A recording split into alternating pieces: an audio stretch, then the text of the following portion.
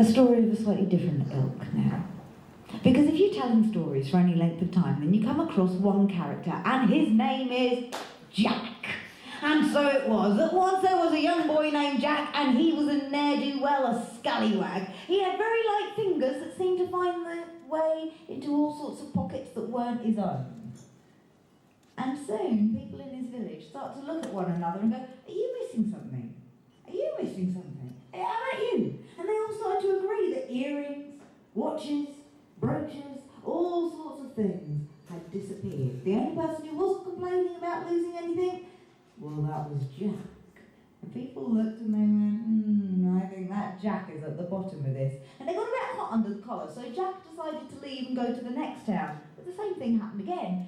And to the next town, and to the next town, to the next town, until Jack decided that it was no good sticking around in towns. Too many people talk.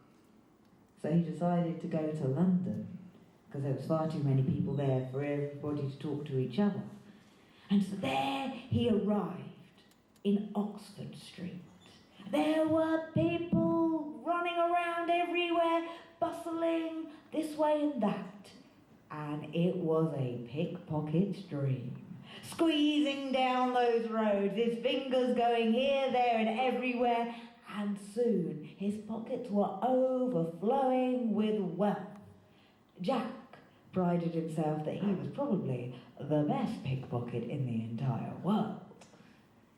And just as he was placing a pocket watch he'd just freshly stolen into his pocket, he suddenly realised that in fact his own wallet had gone.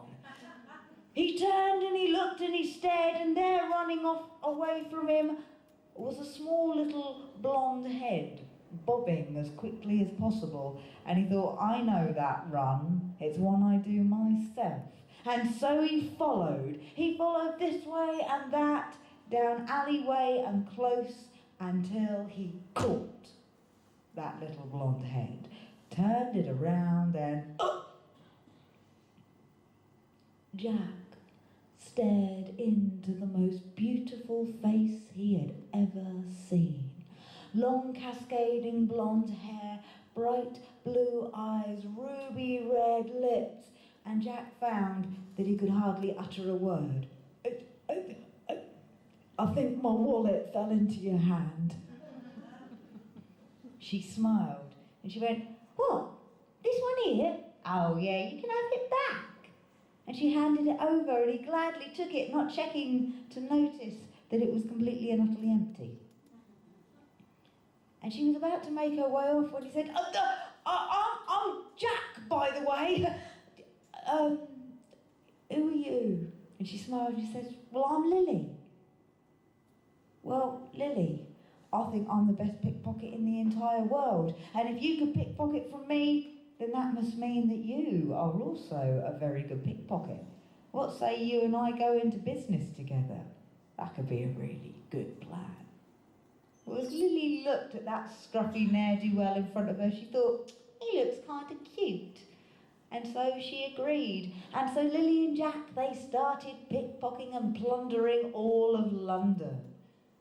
And one night, once they had earned enough money to get a nice new house in a reputable address, in fact the best address in all of London, there they were warming their toes, and Jack looked across at Lily and he thought to himself, well, if I'm a good pickpocket and she's a good pickpocket, if we were to have children, we'd have an army of pickpockets.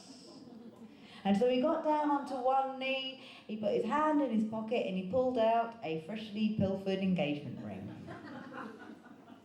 My darling Lily, will you make me the happiest man and provide me with an army of pickpockets?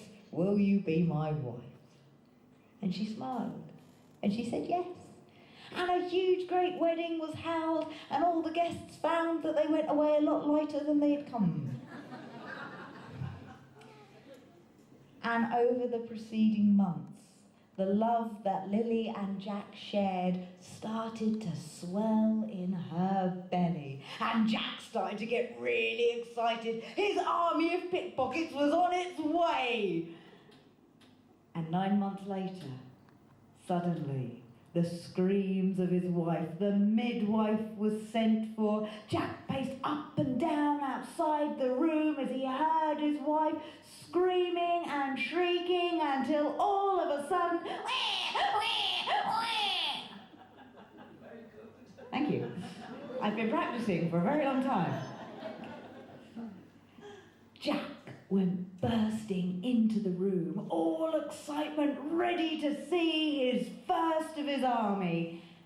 But then he stopped and he looked, because the look on the midwife's face was not one that you would expect in such a happy occasion. She was not smiling. She held a bundle in her arms and she looked almost white. She looked up at Jack and she said, "I have some good news. And I have some bad news. You have a son." "Yes," thought Jack, "me army of pickpockets, it's safe." But his arm, it's frozen, it's paralysed, it won't move. She pulled back the blanket and there, sure enough, that tiny little arm was stuck tight to the chest, not moving an inch.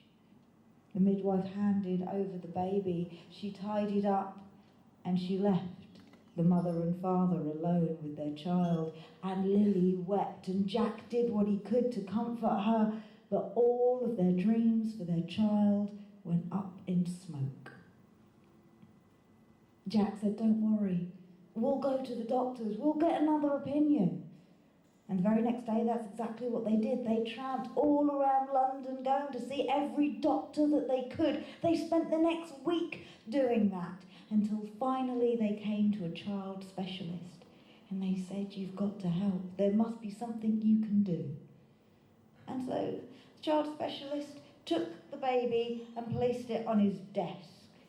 And he took the pulse by holding on to that paralysed little arm and checking his pocket watch. The baby, he has a good pulse. There is no reason the arm should not move. And it was then that the doctor held up his pocket watch and swung it backwards and forwards over the baby's head to check his reactions. Look, he's a quick little fella. His eyes watching this pocket watch. And it was then that a miracle happened. That tiny little chubby arm started to twitch and move. It started to reach upwards. Those chubby little fingers started to uncurl, reaching for the pocket watch. And as those fingers unfurled, from out of the baby's hand dropped the midwife's gold wedding ring.